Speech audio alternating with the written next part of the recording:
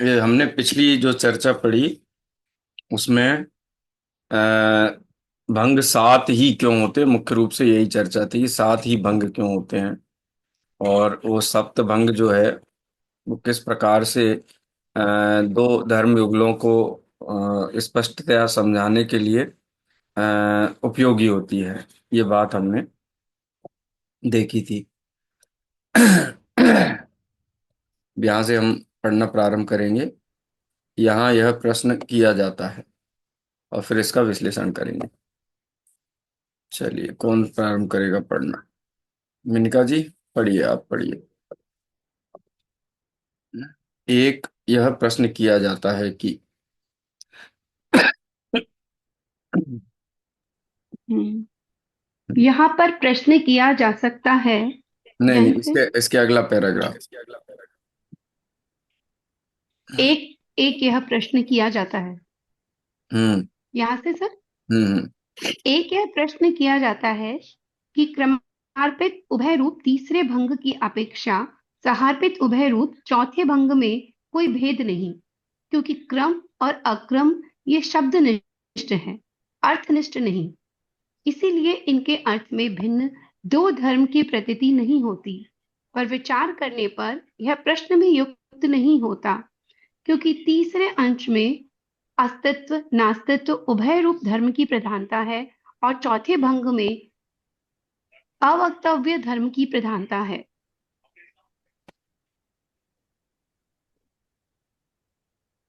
यह तो कहा नहीं जा सकता कि वस्तु का स्वरूप केवल सत्य ही है, क्योंकि स्वरूप आदि की अपेक्षा वस्तु में जिस प्रकार सत्व की प्रतीति होती है, उसी प्रकार पर रूप आदि की अपेक्षा से उसमें असत्व धर्म की भी प्रतीति होती है। यह भी नहीं कहा जा सकता कि वस्तु का स्वरूप केवल असत्व ही है, क्योंकि पर रूप आदि की अपेक्षा वस्तु में जिस प्रकार असत्व की प्रतीति होती है, उसी प्रकार स्वरूप आदि की अपेक्षा से उसमें सत्व की भी प्रतीति होती है। इसी प्रकार तदुभय और केवल वस्तु का स्वरूप नहीं है, क्योंकि तदुभय से विलक्षण जात्यंतर रूप भी वस्तु अनुभव में आती है। इसकी पुष्टि में पानक पेय का उदाहरण दिया जा सकता है। हम देखते हैं कि प्रत्येक दही, गुड़, इलायची, काले मिर्च, नाक, केसर के स्वाद की अपेक्षा से इनके मिश्रण से जो पानक तैयार किया जाता है, उसका स्वाद विलक्षण ही होता है। इसी प्रकार तदुभय धर्म में अवक्तव्य अवक्तव्य धर्म विलक्षण ही है। ठीक है, इसका थोड़ा विश्लेषण कर एक देता ऐसा हूँ मैं। प्रश्न। थोड़ी ये भाषा है ना, जी। अति शास्त्रीय भाषा है ये। इसमें मूलतः प्रश्न ये उठाया गया है कि अस्ति स्याद अस्थि कह दिया, स्याद नास्ति कह दिया, और ये दोनों धर्म एक साथ हैं। ये तीसरा भंग कह दिया। दो भंगों में तो कहीं किसी को कोई शंका होती नहीं। बोलते अस्थि नास्ति भंग और अवक्तव्य भंग, इन दोनों में क्या अंतर है?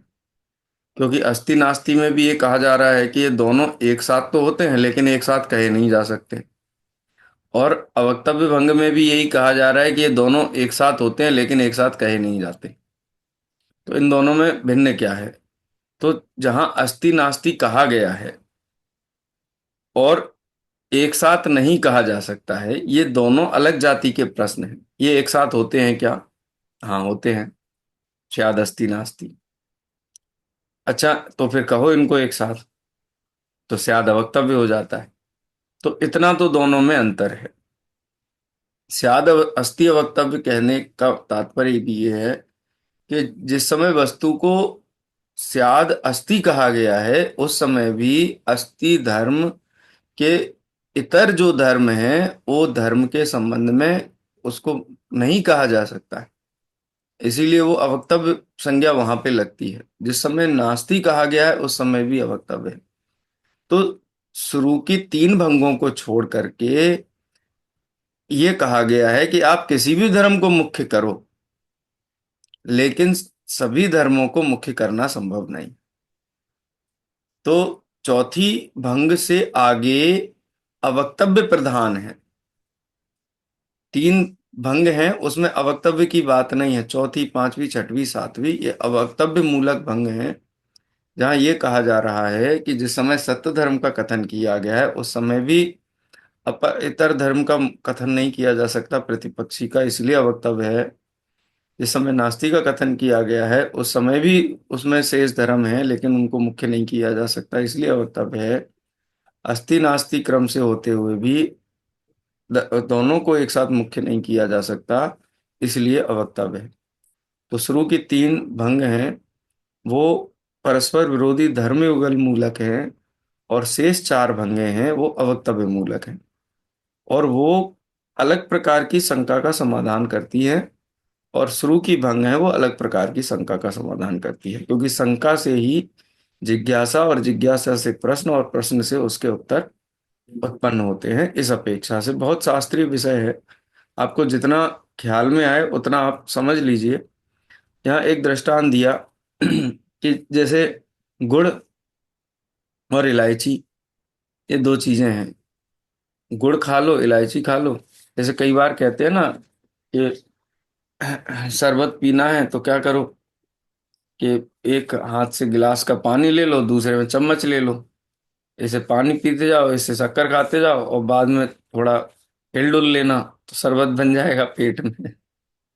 तो पानी और शक्कर का भिन्न भिन्न स्वाद, और पानी और शक्कर मिलाकर के उनको चखा जाए उसका स्वाद, गुड़ का और इलायची का अलग अलग स्वाद, और दोनों को मिलाकर के चखा जाए उसका स्वाद। दृष्टांत मात्र है, आप उसको ऐसा बहुत गंभीरता से कोई अद्भुत बात है ऐसी नहीं है, वो सामान्य सी बात है कि अगर भंग में कॉम्बिनेशन चेंज हुआ है तो भाव भी चेंज हुआ है। शब्द का कॉम्बिनेशन चेंज किया गया है, यानी उसमें कोई जो बात कही गई है उससे अलग कोई बात कहना चाहते हैं, इसीलिए वो कॉम्बिनेशन बनाया गया है।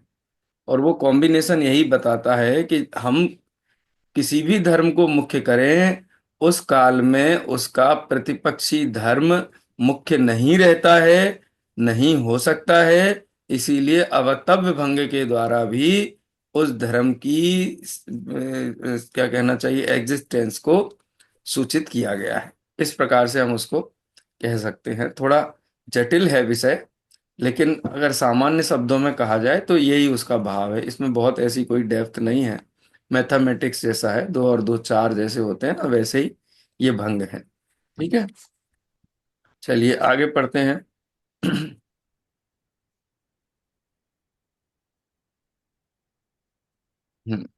आगे पढ़िए, हिना जी आप पढ़ेंगे। हाँ सर। अब एक ऐसा प्रश्न किया जा सकता है कि जिस प्रकार अव्यक्तव्य अलग धर्म माना गया है, हम्म। उसी प्रकार वक्तव्यत्व नाम का भी स्वतंत्र धर्म मानना चाहिए। हम्म। पर विचार करने पर यह आपत्ति ठीक प्रतीति नहीं होती, हम्म। क्योंकि सामान्य रूप से वक्तव्यत्व नाम का भिन्न धर्म नहीं पाया जाता है, और सत्व आदि रूप से जो व्यक्तत्व धर्म माने गए हैं, उनका अंतर्भाव प्रथमादि भंगों में ही हो जाता है। यदा कदाचित वक्तत्व नाम का स्वतंत्र धर्म माना भी जाए, तो विधि और प्रतिषेध रूप वक्तव्यत्व और अव्यक्तत्व इनकी अपेक्षा एक स्वतंत्र सप्तभंगी ही प्राप्त होती है। इस प्रकार अलग अलग 7 धर्मों के बन जाने के सप्तभंगी सिद्ध हो जाती है। वस्तु स्वरूप के हाँ एक प्रतिपादन सेकंड, ये में ये कथन पूरा हुआ जो देवेंद्र शास्त्री जी है ना, उनका कथन यहाँ पूरा होता है। अब देखो वो शास्त्री जी हैं, और शास्त्री जी शास्त्रीय भाषा में बात करते हैं, थोड़ी जटिल बात है। यहाँ ऐसा कहा जैसे अवक्तव्य भंग बनाई गई, ऐसी वक्तव्य भी भंग बनानी चाहिए, स्याद वक्तव्य। तो उसका उत्तर यही है, जिस समय स्याद अस्ति कहा गया है वो वक्तव्य ही है, स्याद नास्ति कहा गया है तो वो वक्तव्य ही है। वक्तव्य शब्द का प्रयोग नहीं किया गया है, लेकिन वो वक्तव्य ही है। स्याद अस्ति नास्ति कहा गया है वो भी वक्तव्य है। तो जिनमें अवक्तव्य पद का प्रयोग नहीं किया गया है वो सारी भंग वक्तव्य में ही गर्भित हो जाती। इसलिए वक्तव्य अवक्तव्य है, इस प्रकार से अलग से कहने की आवश्यकता नहीं है। वो तीन वक्तव्य है, नहीं तो आप ऐसा कह दो, स्याद अस्ति वक्तव्य, स्याद नास्ति वक्तव्य, स्याद अस्ति नास्ति वक्तव्य, स्याद अवक्तव्य, स्याद अस्ति अवक्तव्य, स्याद नास्ति अवक्तव्य, स्याद अस्ति नास्ति अवक्तव्य। वही बात है। ठीक है। चलिए आगे पढ़ते हैं, पढ़िए हिना जी। इस प्रकार अलग अलग 7 धर्मों के बन जाने से सप्तमंगी सिद्ध हो जाती है। वस्तु स्वरूप के प्रतिपादन में उक्त सप्तभंगी की योजना सर्वत्र ही की जानी चाहिए। यहाँ तक कि यह अनेकांतवादी जैन दर्शन अनेकांत में भी सप्तभंगी को घटित करता है। इस संदर्भ में आचार्य अकलंक का निम्नांकित कथन द्रष्टव्य है। हिंदी में पढ़ लीजिए। इस प्रकार हाँ, इस प्रकार यह सप्तभंगी जीवादि सभी पदार्थों में और सम्यक दर्शन आदि सभी पर्यायों में द्रव्यार्थिक पर्यायार्थिक नय की विवक्षा से लगाना चाहिए। यदि कोई कहे कि अनेकांत पर उक्त सप्तभंगी घटित नहीं होने से अव्याप्ति दोष होगा, तो उसका यह कहना ठीक नहीं है, क्योंकि अनेकांत पर भी उक्त सप्तभंगी घटित होती है। इस पर यदि कोई कहे कि सप्तभंगी संबंधी विधि निषेध कल्पना अनेकांत पर घटित नहीं हो सकती, क्योंकि यदि अनेकांत भी नास्ति स्वीकार करेंगे तो एकांत का दोष आएगा और अनवस्था दोष भी आवेगा। इसलिए अनेकांत में भी सप्तभंगी व्याप्त नहीं होती है। उससे कहते हैं कि अनेकांत पर सप्तभंगी इस प्रकार घटित होती है, कथनचित एकांत है, कथनचित अनेकांत है, कथनचित एकांत व अनेकांत दोनों है, कथनचित अवक्तव्य है, कथनचित एकांत और अवक्तव्य है, कथनचित अनेकांत और अवक्तव्य है, तथा कथनचित एकांत अनेकांत और अव्यक्तव्य है। अनेकांत में भी अनेकांत की चर्चा अनेकांत और स्यादवाद नामक अगले स्वाध्याय में विशेष रूप से की जाएगी। यहाँ तो मात्र यह स्पष्ट करना अपेक्षित है कि सप्तभंगी की योजना सर्वत्र ही होती है, यहाँ तक कि अनेकांत में भी। एक सेकेंड, देखो, हाँ, एकांत और अनेकांत ये दोनों परस्पर विरोधी भंग हैं। वस्तु एकांत है कि अनेकांत है? तो कहीं कथनचित एकांत है, कथनचित अनेकांत है। कथनचित एकांत है माने वस्तु कथनचित धर्ममय है, ठीक है, और कथनचित धर्म युगल सहित है। यदि एक धर्म को मुख्य किया गया है अपेक्षा सहित तो कथनचित एकांतमय हो गई, और दोनों धर्म वस्तु में पाए जाते हैं ये अपेक्षा करने पर वो वस्तु अनेकांतमय हो गई, और क्रम से कथन किए जाने पर कथनचित एकांत अनेकांतात्मक हो गई, और दोनों धर्मों का कथन एक साथ नहीं किया जा सकता, इसलिए अवक्तव्य हो गई। जिस समय एकांत कहा गया है उस समय एकांत के साथ उसके प्रतिपक्षी धर्म को मुख्य नहीं किया गया है, कहा नहीं जा सकता है, इसलिए अवक्तव्य एकांत अवक्तव्य हो गई। इसी प्रकार अनेकांत अवक्तव्य और एकांत अनेकांत अवक्तव्य ये नई योजना लगानी चाहिए। ये परम भाव प्रकाशक नए चक्र शास्त्रियों के लिए लिखा था दादा ने, जो विद्यालय में पढ़ते थे, अभय कुमार जी, राकेश जी नागपुर वाले, उस समय ये सब वीर सागर जी, ये सब वहाँ विद्यार्थी थे उस जिस समय नए चक्र लिखा जा रहा था दादा के द्वारा। तो उनको ध्यान में रखते हुए बहुत उच्च कोटि के जो शास्त्रीय विद्वान हैं, इसलिए आपको लग रहा होगा कि बहुत गहरा शास्त्रीय विषय है, लेकिन जो सामान्य भाव वासना है वहां तक आप इसको ग्रहण कर लीजिए। आपने अगर सप्तभंगी के नाम भी याद कर लिए तो समझ लो बहुत बड़ी उपलब्धि है ये। तो वो तो आपको अभी पिछली 4-5 कक्षाओं में एकदम थोरो हो गए होंगे, और उनकी जो भाव वासना है वो भी यथोचित आपको हुई होगी। परस्पर विरोधी धर्म युगलों में सप्तभंगी की योजना के बिना उनके बारे में बात पूरी नहीं होती है, प्रश्न बना रहेगा कुछ ना कुछ। इसीलिए ये 7 भंगों के द्वारा वस्तु के परस्पर विरोधी धर्म युगलों को क्या क्या कहने समन्वयात्मक ढंग से सिद्ध किया जाता है। ठीक है, अब ये इसके जो, वैसे तो आचार्य कुंद कुंद की पंचास्ती गाय संग्रह की गाथाएं आई गई,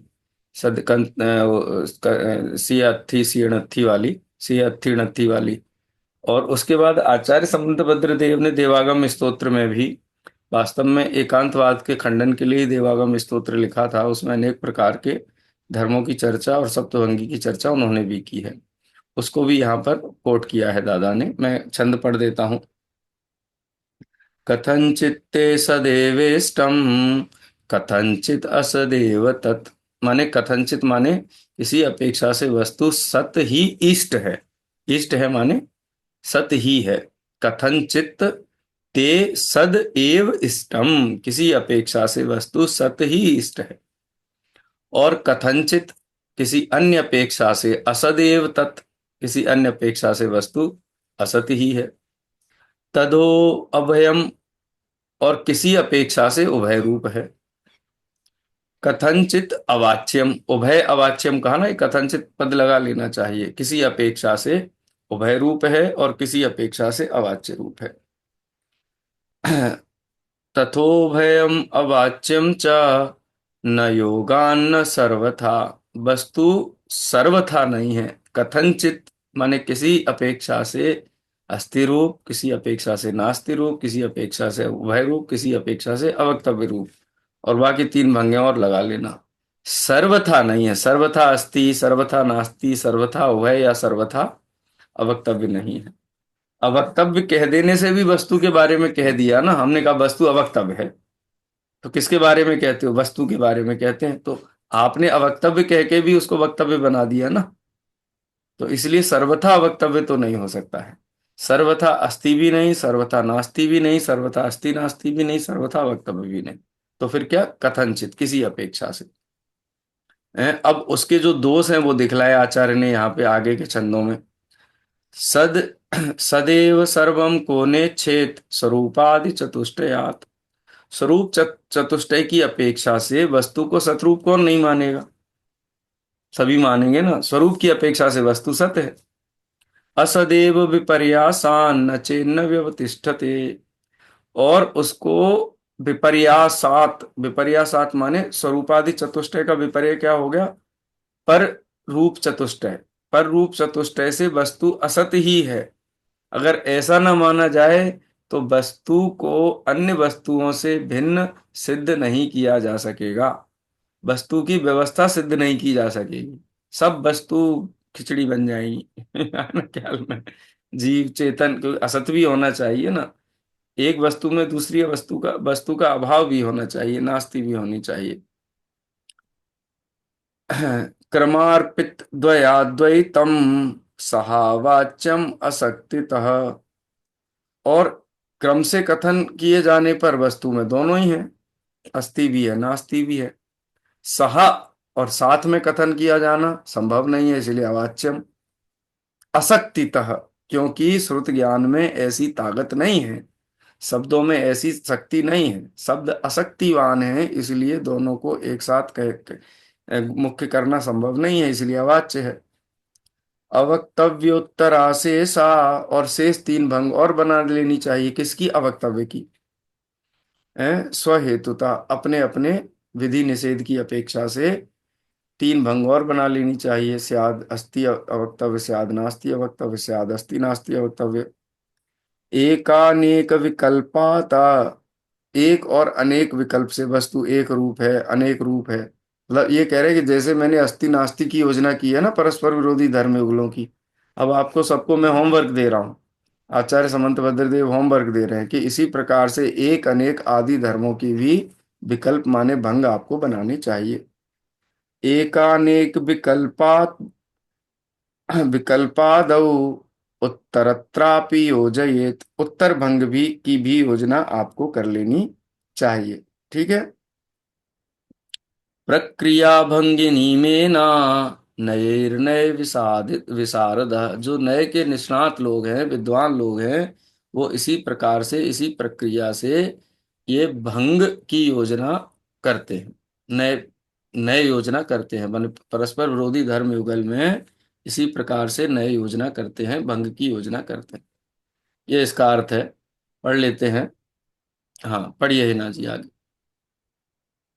हे भगवान, आपका बताया वस्तु स्वरूप कथनचित सत भाव स्वरूप, कथनचित असत अभाव रूप, कथनचित उभय भावा अभाव रूप, कथनचित अव्यक्तव्य, कथनचित सद अव्यक्तव्य, कथनचित असद अव्यक्तव्य और कथनचित सद असद अव्यक्तव्य है।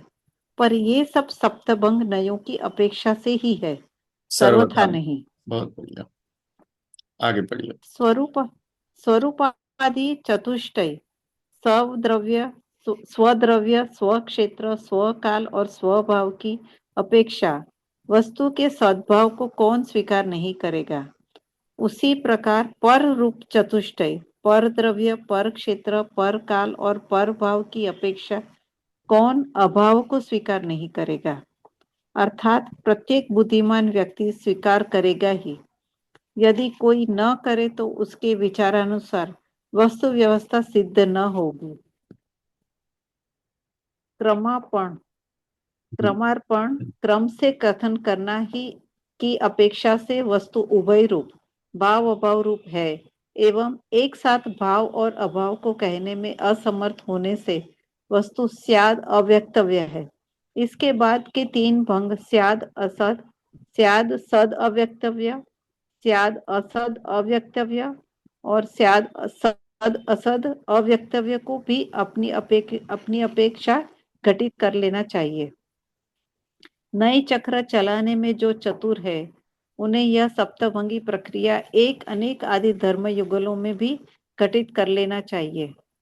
उक्त संपूर्ण विश्लेषण से यह बात अत्यंत स्पष्ट है कि इन सप्तभंगों का प्रयोग वस्तु स्वरूप समझने समझाने में अत्यंत उपयोगी है, परम आवश्यक है। अन्यत्र अनुपलब्ध यह सप्तभंगी न्याय जैन दर्शन का अनुपम अनुसंधान है।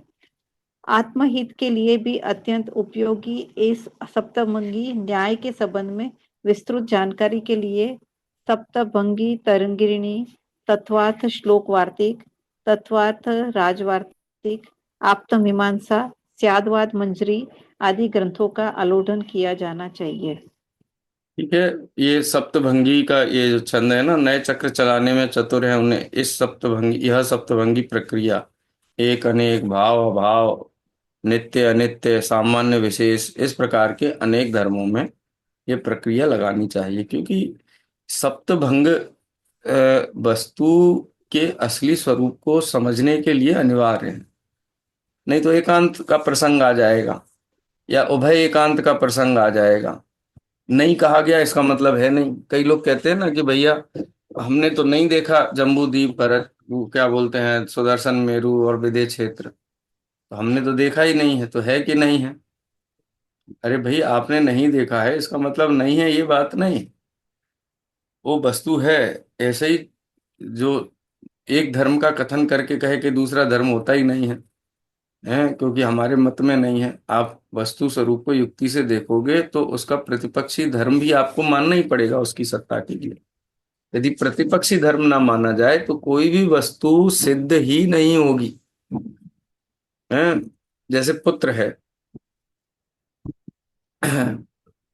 उसको एकांत से पुत्र माना जाए कि पुत्र ही है, किस किस का पुत्र होगा वो?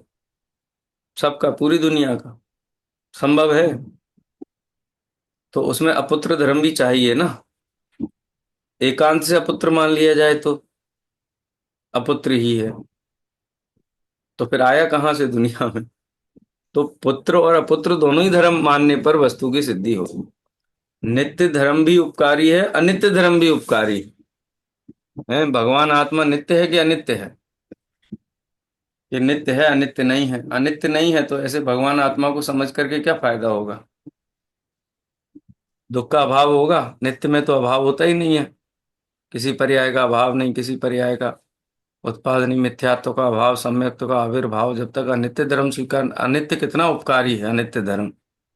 अनित्य धर्म ना हो तो धर्म ना रहे, पुरुषार्थ ना रहे, मोक्ष मार्ग ना रहे, सिद्ध अवस्था ना रहे, अनंत ना रहे, पांच परमेष्ठी ना रहे, क्योंकि सभी ने संसार का अभाव करके ही पाया ना। तो अनंत अनित्यता भी उपकारी है। क्यों उपकारी है? क्योंकि वो वस्तु का धर्म है। वस्तु का धर्म होने से नित्य और अनित्य दोनों ही वस्तु को टिकाए रखने के लिए अनिवार्य हैं। सत्य धर्म जितना जरूरी है उतना ही जरूरी असत्य धर्म। देश की व्यवस्था के लिए देश के अंदर पुलिस की आवश्यकता होती है, लेकिन बाहर का कोई अंदर ना घुसे इसके लिए मिलिट्री की भी आवश्यकता होती है। तो असत्य धर्म मिलिट्री की तरह काम करता है। सत्य धर्म पुलिस की तरह काम करता है। ये दोनों मिलकर के वस्तु को सुरक्षित रखते हैं। तो इसलिए ये परस्पर विरोधी धर्म युगल विरोधी तो हैं, लेकिन एक ही वस्तु में होते हैं और उस वस्तु को टिकाए रखने के लिए होते हैं। स्केल होता है तो स्केल में दो किनारे होते हैं, सिक्के में दो साइडें होती हैं। दिशाओं में भी प्रतिपक्षी दिशाएं होती हैं, यानी प्रतिपक्ष के बिना तो लोकतंत्र में भी पक्ष और विपक्ष होता है। तो ये परस्पर विरोधी पना तो जरूरी है। जैसे घर परिवार है, पति पत्नी दोनों एक ही हर चीज में, हाँ ये ठीक है, एक कहे दूसरा मान ले, दूसरा कहे पहला मान ले, बर्बाद हो जाएंगे एकदम से। विवेक पूर्वक निर्णय नहीं हो पाएगा। तो उसके जो विरोध है, परस्पर विरोध है, उस विरोध से निर्णय सही होते हैं। कोई ऑब्जेक्शन लेने वाला ही नहीं है, कोई डिफरेंस ऑफ ओपिनियन रखने वाला नहीं, और सुने भी नहीं डिफरेंस ऑफ ओपिनियन, तो उससे भी निर्णय नहीं होगा। सुना भी जाए और कहा भी जाए, दोनों जरूरी है। तो पूरी ही दुनिया परस्पर विरोधी धर्म युगलों के कारण ही चल रही है, नहीं तो ये दुनिया नहीं चलेगी। लोकाचार हो या फिर मोक्ष मार्ग हो, सब जगह परस्पर विरोधी धर्म युगलों का महत्व है। क्योंकि हमारे मानने नहीं मानने से क्या फर्क पड़ता है, वो तो वस्तु का स्वरूप है ही। है नित्य नित्य। कोई एकांतवादी होकर के नित्य माने, एकांत से मानता रहे, वस्तु तो नित्य नहीं है। कोई अनित्य मानता है तो मानता रहे एकांत से, लेकिन वस्तु तो मात्र अनित्य ही नहीं है, नित्य भी है। और उस नित्य नित्यात्मक वस्तु के संबंध में नई योजना की जाती है। और परस्पर विरोधी धर्म युगलों में जब वो नई योजना की जाती है तो वो 7 प्रकार की भंगों के रूप में सामने आती है।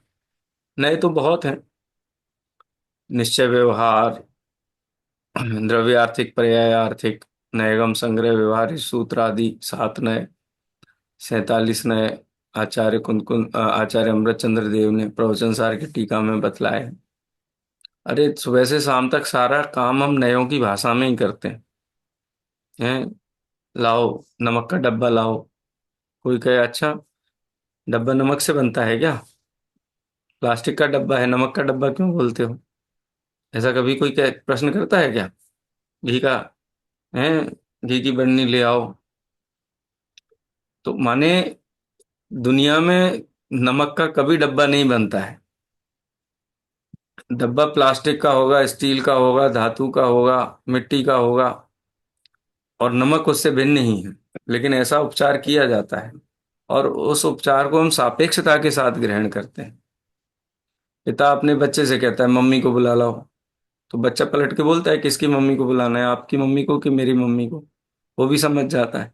तो इसका हम नए का प्रयोग तो अनिवार्य रूप से हम करते ही हैं, क्योंकि वो लोक में और वस्तु में दोनों में नए निबद्ध है, उसमें अंतर्निहित है। इसीलिए नए का प्रयोग मोक्ष मार्ग में एकांतवादी हो जाता है जी, संसार मार्ग में नहीं होता। संसार मार्ग में जिस दिन एकांतवादी होगा ना, उस दिन खाने को रोटी नहीं मिलेगी।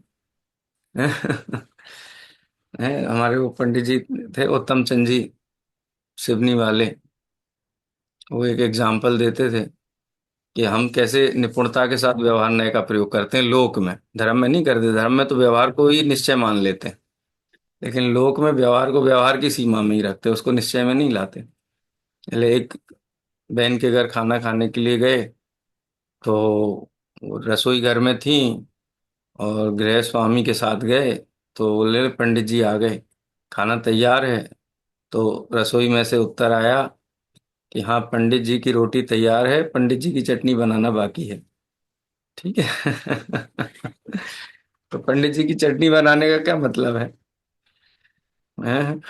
नए प्रयोग है कि नहीं वहां पे। चटनी तो धनिया की बनेगी, या जिसकी भी बनेगी उसकी चटनी बनेगी, पंडित जी की थोड़ी ना बनेगी। लेकिन संबंध बतलाने के लिए उपचार ऐसे किए जाते हैं लोक में, तो वहां हमको कोई समस्या नहीं होती है। कोई घर पे मेहमान आ जाए तो क्या आपका ही घर है, तो हमको कोई आपत्ति नहीं होती है, उसमें एकांतवाद नहीं होता हमको कभी, वो हम स्यादवादी बने रहते हैं। लेकिन मोक्ष मार्ग में आकर के, हे भगवान आपकी कृपा से मोक्ष मार्ग मिलता है, उसको हम एकांत से ग्रहण करते हैं कि मोक्ष में तो भगवान ही लेके जाएंगे। अरे भाई, वो असद्भुत व्यवहार नए के वचन है, लघुता प्रदर्शन के लिए कहे गए हैं। भगवान किसी को मोक्ष लेके नहीं जाते, और न भगवान किसी को संसार में घुमाते हैं। तो ये नए अद्भुत विषय है, आगे आएगा। अभी तो अंतिम अध्याय ही आपने पढ़ा है। आप सौभाग्यशाली हो कि पूरा कर ले रहे हो, पहले ही शुरुआत किए बिना ही आपका प्रभाव प्रकाशक नए चक्र पूरा हो जाएगा अंत के 2 अध्याय पढ़ करके। चलिए, समय हो गया है। और अंतिम ये स्याद्वाद और अनेकांत वाला निबंध है, ये और बचा हुआ है। बड़ा अद्भुत है वैसे तो, काफी कुछ चर्चाएं तो इसकी हो ही गई हैं। शुरू कर दें कहें तो आप? रिकॉर्डिंग में तो जा ही रहा है, जिसको क्लास में लाइव नहीं आना है वो नहीं आएगा, रिकॉर्डिंग ही सुनेगा। तो हम रिकॉर्डिंग की दृष्टि से शुरू ही कर देते हैं। 9 मिनट हैं लगभग, एक आध पन्ने पे हमारी चर्चा हो जाएगी। चलिए पढ़ते हैं आगे।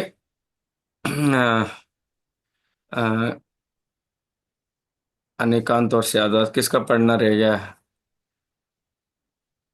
हाँ, आप पढ़िए कविता जी। जी सर। हाँ, आप बहुत अच्छा पढ़ती हैं बहुत सदी हुई भाषा में, और बड़ा अच्छी रिकॉर्डिंग में जाता है। आप पढ़िए आज अनेकांत और स्याद्वाद। जी सर। अनेकांत और स्याद्वाद। आचार्य समंद्र भद्र ने स्याद्वाद को सप्तभंग और नय सापेक्ष कहा है।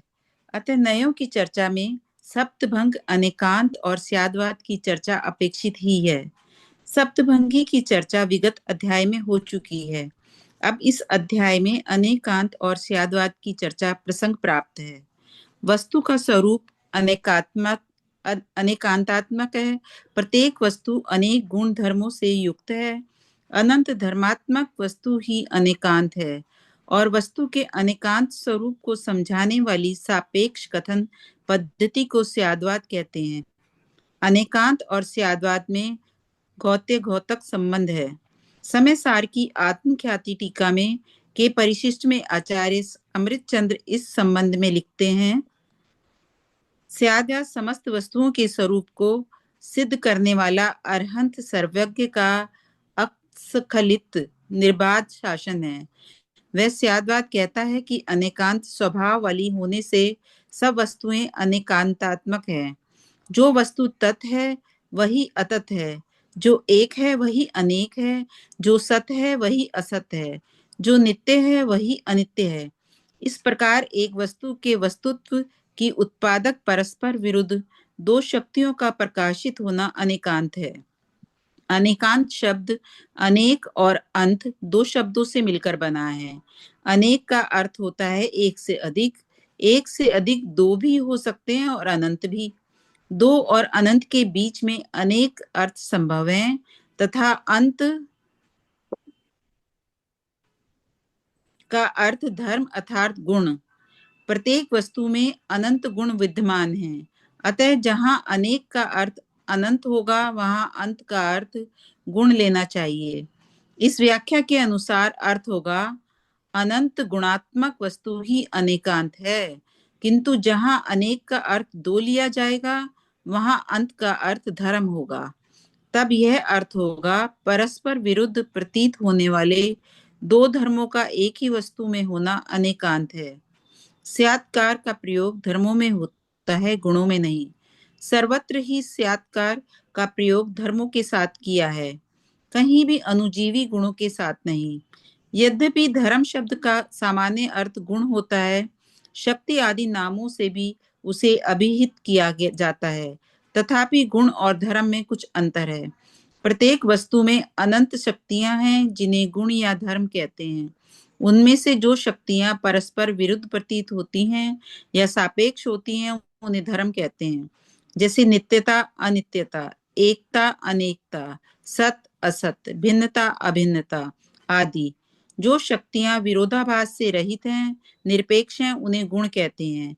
जैसे आत्मा के ज्ञान, दर्शन, सुख आदि, पुद्गल के रूप, रस, गंध आदि। जिन गुणों में परस्पर कोई विरोध नहीं है, एक वस्तु में उनकी एक साथ सत्ता तो सभी वादी प्रतिवादी सहज स्वीकार कर लेते हैं, किंतु जिनमें विरोध सा प्रतिभासित होता है उन्हें स्यादवादी ही स्वीकार करते हैं। इतर जन उनमें से किसी एक पक्ष को ग्रहण कर पक्षपाती हो जाते हैं। अतः अनेकांत की परिभाषा में परस्पर विरुद्ध शक्तियों के प्रकाशन पर विशेष बल दिया गया है। प्रत्येक वस्तु में परस्पर विरोधी प्रतीत होने वाले अनेक युगल जोड़े पाए जाते हैं। अतः वस्तु केवल अनेक धर्मों गुणों का ही पिंड नहीं है, अपितु परस्पर विरोधी दिखने वाले अनेक धर्म युगलों का भी पिंड है। उन परस्पर विरुद्ध प्रतीत होने वाले धर्मों को स्यादवाद अपनी सापेक्ष शैली से प्रतिपादन करता है। प्रत्येक वस्तु में अनंत धर्म है। उन सब का कथन एक साथ तो संभव नहीं है, क्योंकि शब्दों की शक्ति सीमित है। वे एक समय में एक ही धर्म को कह सकते हैं। अतः अनंत धर्मों में एक विवक्षित धर्म मुख्य होता है, जिसका की प्रतिपादन किया जाता है। बाकी अन्य सभी धर्म गौण होते हैं, क्योंकि उनके संबंध में अभी कुछ भी नहीं कहा जा रहा है। हाँ, बस यहीं पे यह रुक मुख्यतः जाइए। देखो, ये अनेकांत और स्यादवाद में अनेकांत शब्द का अर्थ बताया। अनेक माने होता है एक से अधिक, ठीक है, जहां पर एक से अधिक का अर्थ अनंत लिया जाए। अनेक माने अनंत। और अंतः शब्द का अर्थ होता है शक्ति, गुण या धर्म।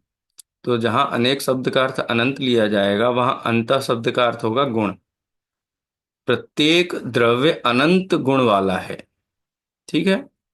जहां अनेक शब्द का अर्थ दो लिया जाए, एक से अधिक, दो, वहां पर अंत शब्द का अर्थ होता है धर्म। गुण और धर्म में क्या अंतर है? गुण का प्रतिपक्षी गुण नहीं होता है। ज्ञान का प्रतिपक्षी गुण अज्ञान आत्मा में नहीं है। उद्गल में स्पर्श का प्रतिपक्षी गुण अस्पर्श नहीं है। तो गुण का प्रतिपक्षी नहीं होता है, जबकि धर्म का प्रतिपक्षी होता है। विरोध प्रतीत होने वाला जो गुण धर्म है वो धर्म में ही होता है, गुण में नहीं होता है। जैसे धर्म होगा तो नित्य धर्म, तो उसका प्रतिपक्षी धर्म क्या हो जाएगा? अनित्य धर्म। एक धर्म है, उसका प्रतिपक्षी अनेक हो जाएगा। सामान्य का प्रतिपक्षी विशेष हो जाएगा। भाव का प्रतिपक्षी अभाव हो जाएगा, ठीक है। भिन्न का प्रतिपक्षी अभिन्न हो जाएगा। तो इस प्रकार से बहुत सारे कर्ता अकर्ता, बहुत सारे 21 छंदों की परिकल्पना की है आचार्य अमृतचंद्र देव ने। समय सार में आपने सुना भी होगा। वो छंद है ना, 21 छंद है, उसका एक छंद में बोलता हूँ। एकस्य कर्ता न तथा परस्य चितिर्द्वैर्द्वा इति पक्षपातौ यस्तत्त्ववेदी च्युतपक्षपात तस्यास्ति नित्यं खलु चिच्चिदेव एकस्य नित्यो न तथा परस्य। ऐसे 21 भंगों की रचना की है। तो ये परस्पर विरोधी धर्म युगल हैं। वो क्या हैं? ये प्रतिपक्षी होंगे तो धर्म कहलाएंगे, प्रतिपक्षी नहीं होंगे तो गुण कहलाएंगे। तो अनेकांत शब्द का प्रयोग दोनों ही अर्थों में किया जाता है, लेकिन मुख्यतः परस्पर विरोधी धर्म युगल किसी वस्तु में एक साथ रहते हैं, ऐसी विशेषता को अनेकांत कहा जाता है। अब जो परस्पर विरोधी धर्म है उनका होना तो अनेकांत है और उनका कहना स्यादवाद है। अनेकांत वस्तु है और स्यादवाद वस्तु के बारे में कही गई बात है। जैसे गाय नाम की वस्तु है और गाय नाम का शब्द है, तो वस्तु और शब्द अलग अलग है ना। ऐसे ही अनेकांत तो वस्तु का स्वभाव है और उस स्वभाव का कथन करने की जो शैली है, शैली, कथन शैली, शैली का प्रयोग क्यों किया? क्योंकि वहां स्यात् पद लगा करके, कथनचित पद लगा करके, किसी अपेक्षा से ये बात है ऐसा लगा करके बात कहता है, तो वहां पर प्रतिपक्षी धर्म का निषेध नहीं होता है, वहां अनेकांतवाद खंडित नहीं होता है। इसीलिए अनेकांतवाद की कथन शैली को, कथन पद्धति को, कहने की व्यवस्था को स्यादवाद कहा जाता है।